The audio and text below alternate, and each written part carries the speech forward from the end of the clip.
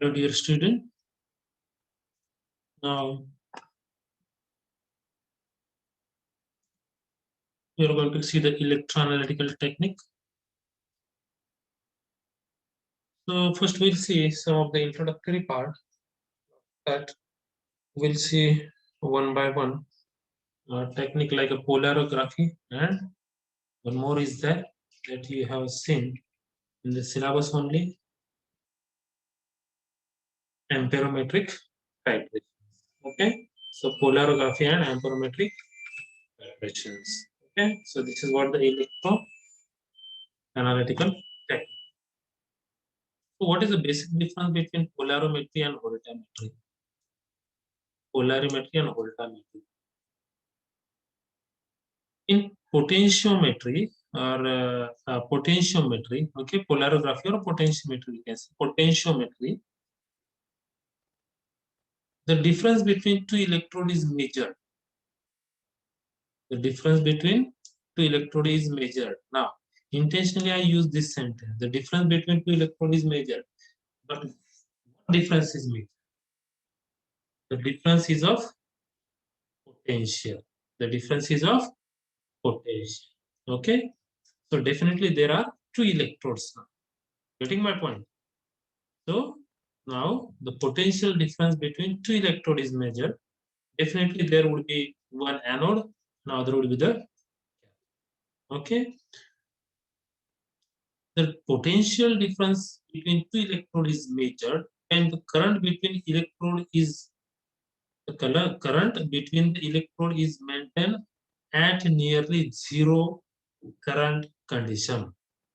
At nearly zero current condition. Now don't get confused here. And that will be clear to you in the next slide.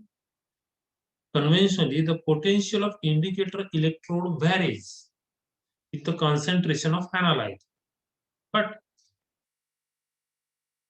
the potential due to the reference electrode is nearly constant. The potential due to reference electrode is nearly constant. Now we have already studied the reference electrode in S5BS. Saturated calomel electrode we were using as a reference electrode, right? Indicator electrode. Indicator electrode plays very important role here because it shows change. Okay, it shows a change with the change in the concentration of analyte. And in voltammetry, the current is measured at an applied voltage. Current is measured at an applied voltage with the analyte forming an electrolyte. The measurement is carried out for different values of applied potential, and current voltage curve is plotted. Like potentiometry, voltammetry also involves the electron transfer reaction. There is also a electron transfer reaction. In both the technique, there is a electron transfer reaction. Okay, but in potentiometry,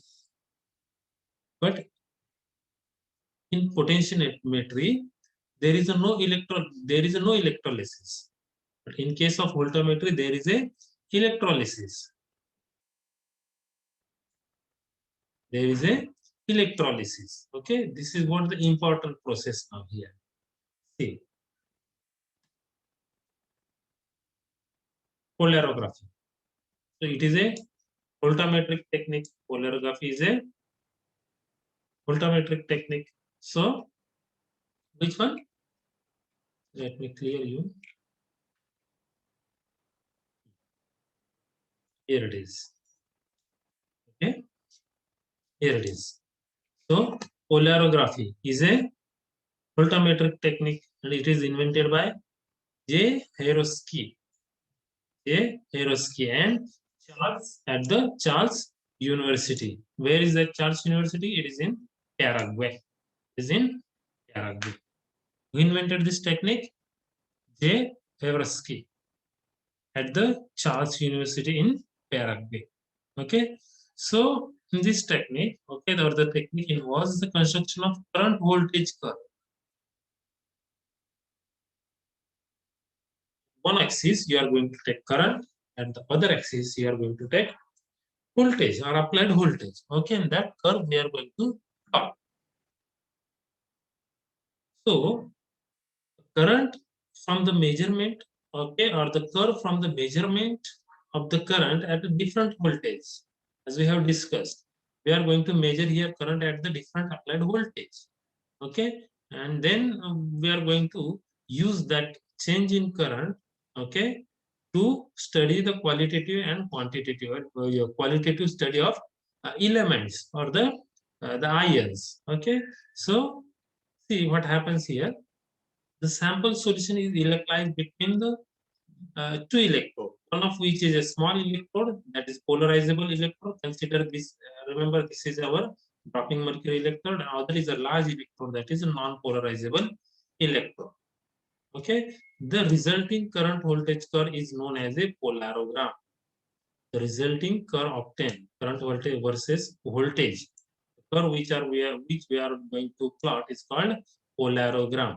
Okay, so small polarizable electrode is a dropping mercury electrode.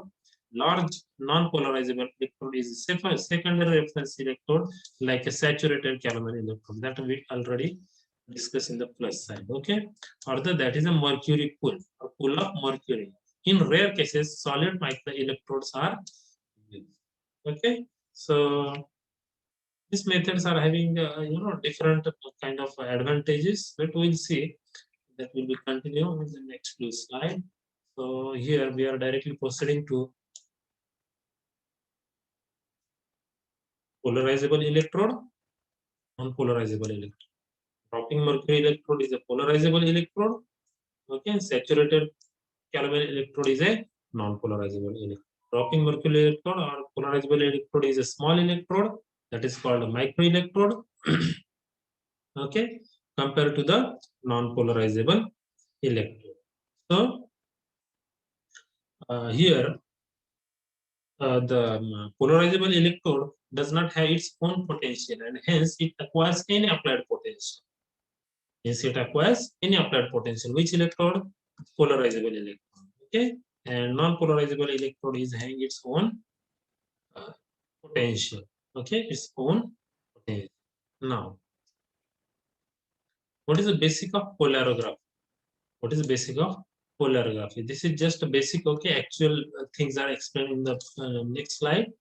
So this is just what the basic, what happens over there. See,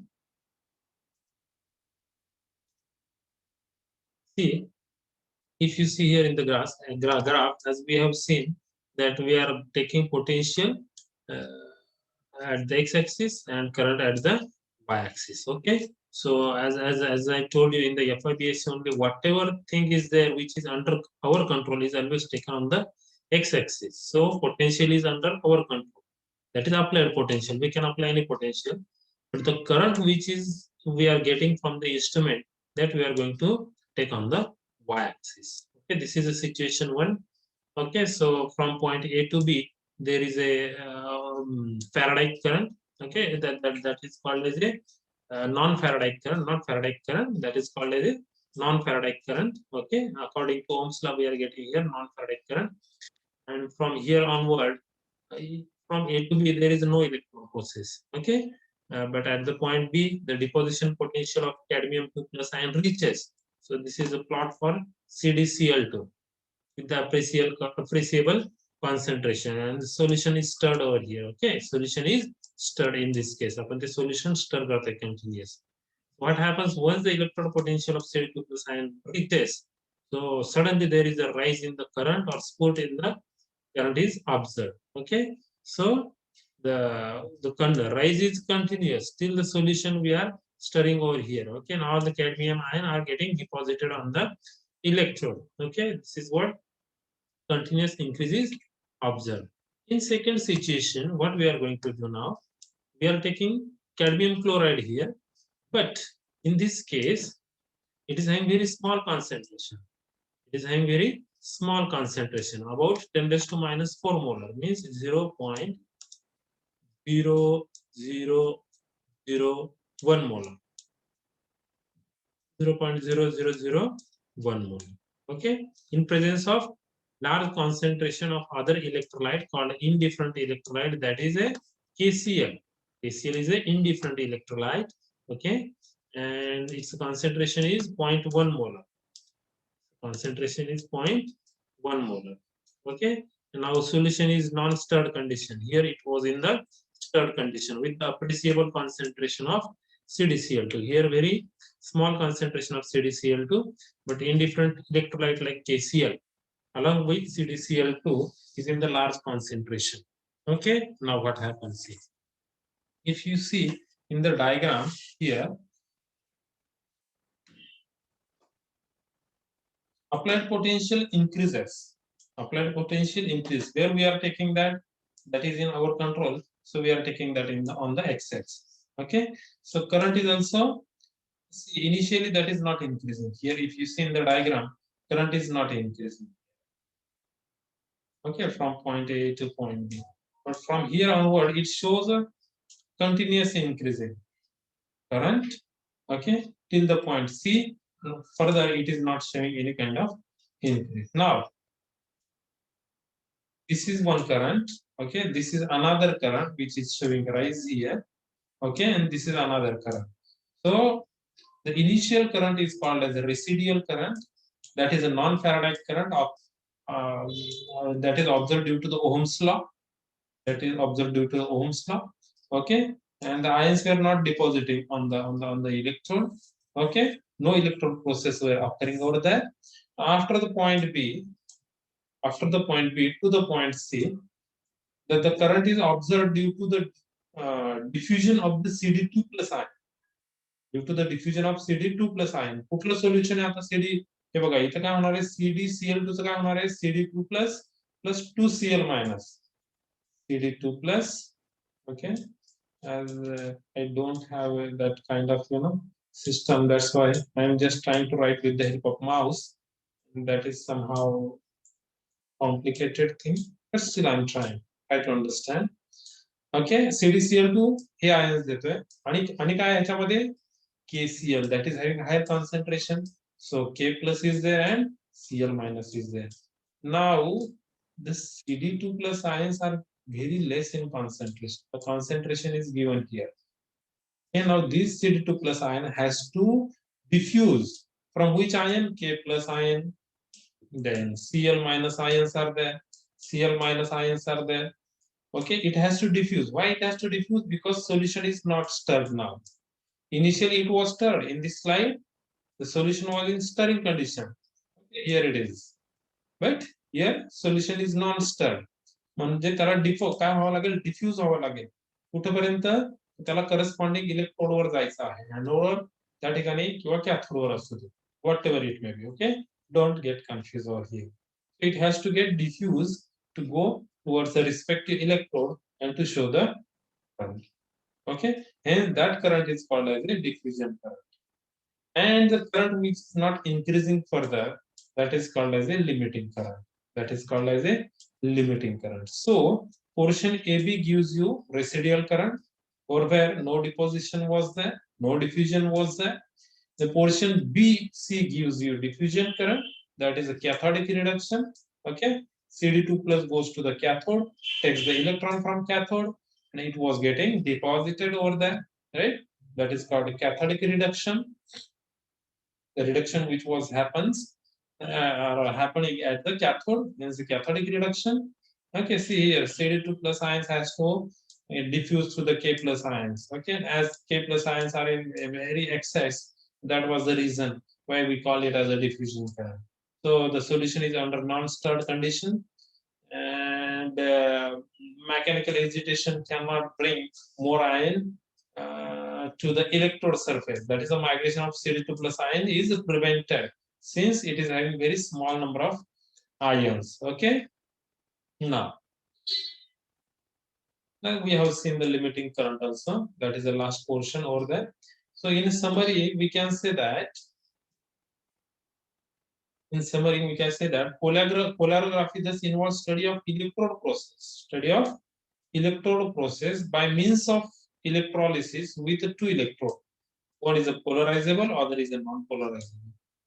The electrolysis of dilute metal ion solution is carried out in presence of a large concentration of an indifferent electrolyte under the unstirred condition. याच्यामध्ये काय होतं, unstirred condition होती. Okay, stirring नव्हतं. The plot of current versus voltage is called as the polarogram.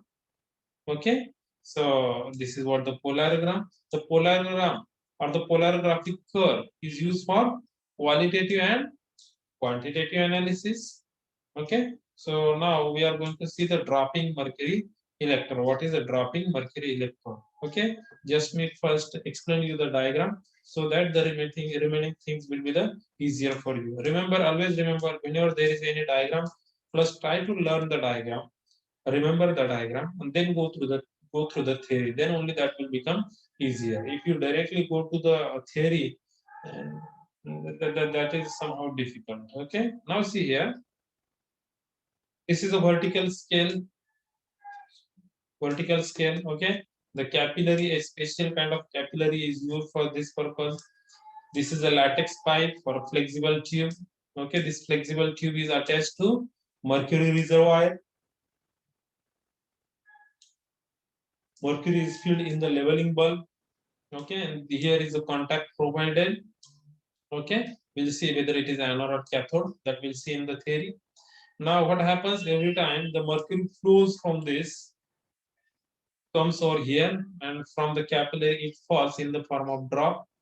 Okay, as the name is a dropping mercury electrode, so it drops the mercury. Okay, so every time it gives one drop. So we'll see what will be the time of dropping, and the dropping time is adjusted with the adjustment of this vertical bulb to this scale. Okay, and we need to maintain a particular dropping rate of the mercury, so as to get the uh, better kind of result, that is qualitative and quantitative results. Okay, now yeah, dropping mercury electrode. Okay, this was the only one diagram what I have shown you. This is the actual diagram, manual polarograph setup. Manual polarograph setup. See what happens here. It is a mercury electrode, okay, or dropping mercury electrode. See how that gives the drop here. Okay, these are the drops. So mercury electrode is a dropping mercury electrode is the anode, and another the contact which is provided here is a cathode. Okay, platinum electrode which is in contact with the mercury reservoir. This is a latex tube. Okay, flexible आहे ही. Okay, now this is a capillary as we have seen previously. Okay, this is experimental solution which is taken in the conical flask. Okay, nitrogen is there for the bubbling purpose. Okay, we'll explain that why there is a need of nitrogen. But remember, from this side we are putting nitrogen inside, and which we are bubbling through this solution, testing solution. At the bottom, see here it is mercury anode. Okay, and this is connected to the galvanometer. Okay, here it is a sealed wire. Okay, connected to the galvanometer. Remember, from this side there is a jockey. This jockey can be moved along the HI. ही आहे, याच्यावरती ती Jackie आपण move करू शकतो. कशासाठी?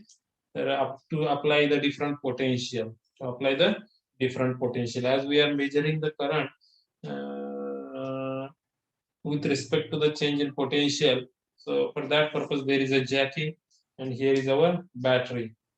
Okay, so now I will go to the actual explanation. DC polarography. Okay, now dropping mercury electrode as a polarizable electrode. Okay, so DME. Now consider DME as a dropping mercury electrode. It has a three part. Capillary, from which mercury flows. At the tip of capillary, mercury drop forms, grow in size and get detached from the size order. Definitely mercury पासून तो काय होणार आहे, detach होणार आहे. Mercury is held vertical as we have seen in the diagram inside the solution. Well, inside the solution, as a result, drop grows in size and get detached from the mercury, and which falls into the solution, here. Okay, now mercury reservoir. Okay, it is the reservoir to hold the mercury. Okay, and it contains a sealed platinum wire through which the electrode can be connected to the external circuit. That is from the top. We have seen the latex rubber is rubber tube is there, and that is filled with the mercury. Okay, the tube or tubing connected to the mercury reservoir. Okay, the tubing connected to the mercury reservoir to the capillary. Due to the flexibility of the latex tubing, the height of the reservoir can be adjusted and drop time can be changed. Height of the reservoir can be adjusted and drop time can be, okay, as I told you, drop time can be changed with adjusting the height of mercury reservoir, and there was a vertical scale. Okay, so by aligning our mercury reservoir with that vertical scale, we can maintain the drop rate. So, what is the construction? The capillary use is of a special type.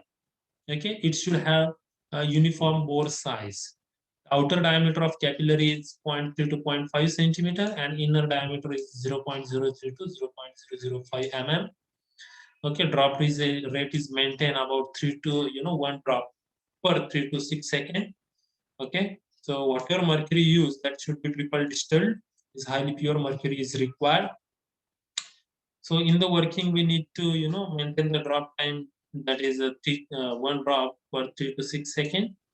Then height should be adjusted in between 30 to 80 centimeter, that height of mercury reservoir, and drop time should be kept fixed. Okay, and as we know that as the drop grows in size at the tip of mercury, finally it is getting detached from the capillary, falls into the solution. So as we know that we are using supporting electrolyte or indifferent electrolyte. Okay, then there is a gelatin is used as a maxima suppressor. So the DME is act as a anode, act as a cathode. Dropping mercury electrode act as a cathode over there. Okay, and here it is, it is an anode. So from here,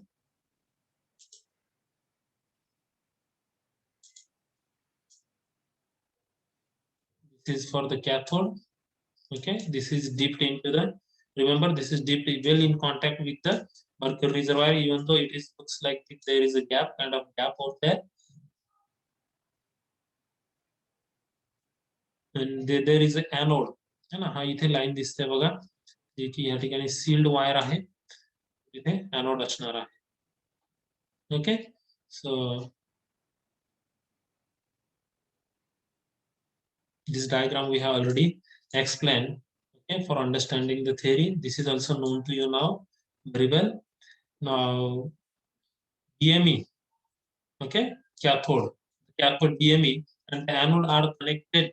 So now DME is connected to the negative end, and that is cathode. DME is a cathode connected to the negative end, and anode is connected to the positive end. Anode is connected to the positive end. Okay, the voltage applied between two electrodes can be changed with the help of jack key along the potentiometer wire HI, जे आपण अगोदर diagram मध्ये बघितली होती. Here it is, jack key can be moved to change the applied potential. Okay, the galvanometer indicates the strength of current flowing through the cell. Okay, the shunt connected across the terminal of the galvanometer enable us to change the sensitivity of setup. So before the commencement of electrolysis, okay, the inert gas like nitrogen is passed, and the experimental solution for the 15 to 20 minutes, and the reason was to remove the oxygen. And आपण बघितलं होतं या ठिकाणी nitrogen आपण पास करतोय. This is to remove the oxygen. Why we are removing the oxygen? Oxygen is removed from there is a इथे एक थोडासा स्पेस असतो, इथून तो ऑक्सिजन आणि नायट्रोजन गॅस बाहेर पडतो. And due to the oxygen interference, okay, there will be the we'll see that in the later slides. नंतर काही स्लाइड आहे त्याच्यामध्ये लक्षात येईल तुम्हाला की how the oxygen was interfering with this analysis. For that purpose, we are bubbling nitrogen through the testing solution for 15 to 20 minutes. Okay, आणि जो काही ऑक्सिजन डिझॉल्व्ह झालेला असतो टेस्ट सोल्युशन मध्ये किंवा अनालिटिक सोल्युशन मध्ये, अनालिटिकल सोल्युशन मध्ये तो रिमूव्ह करतो आपण. Okay, so since mercury anode has a large area and the current passing is of order of a microampere, the polarization at the anode is a negligible. Polarization at anode is a negligible. Its potential is a constant. Okay, the anode is coupled with the saturated calomel electrode, that is Hg oblique Hg to Cl to solid. In a case saturated KCl, the oxidation potential, we know it very well, that we have studied in the SYBSc, that is minus 0.242 volt at 25 degrees Celsius. The reduction potential of saturated calomel electrode corresponds to the reduction reaction. Okay, so HgCl2 takes the 2 electron, gives 2 Hg plus ion into Cl minus ion. Is therefore it is plus 0.242. Okay, so what is here? The corresponding reduction reaction we are looking for here. Hg2Cl2 solid takes the 2 electron to give you this one. Okay, here is not Hg plus, here is a Hg. Remember, तुम्हाला ते दोन electron कोणी खाल्ले. Okay, is therefore plus 0.242 volt. The EMF of this cell is given by equation. E cell is equal to EHG anode plus E calomel. Okay, EHG anode plus E calomel. Over where here oxidation is there, there is a reduction at the calomel. Okay, so EHG anode can be calculated E cell minus E calomel. Okay, and we know that E cell minus 0.242. Okay, that is what the reduction over here that we have seen. Okay, that value we have to take. And finally, the EDME, dropping electrode potential at the dropping mercury electrode. Okay, reduction potential. You can write it as E cell minus EHG anode. Once the potential of mercury anode is found out, the potential of mercury anode is found out, the potential of dropping a mercury electrode can be found out from the total EMF of electrolysis. Okay, comprising of dropping mercury electrode and mercury anode.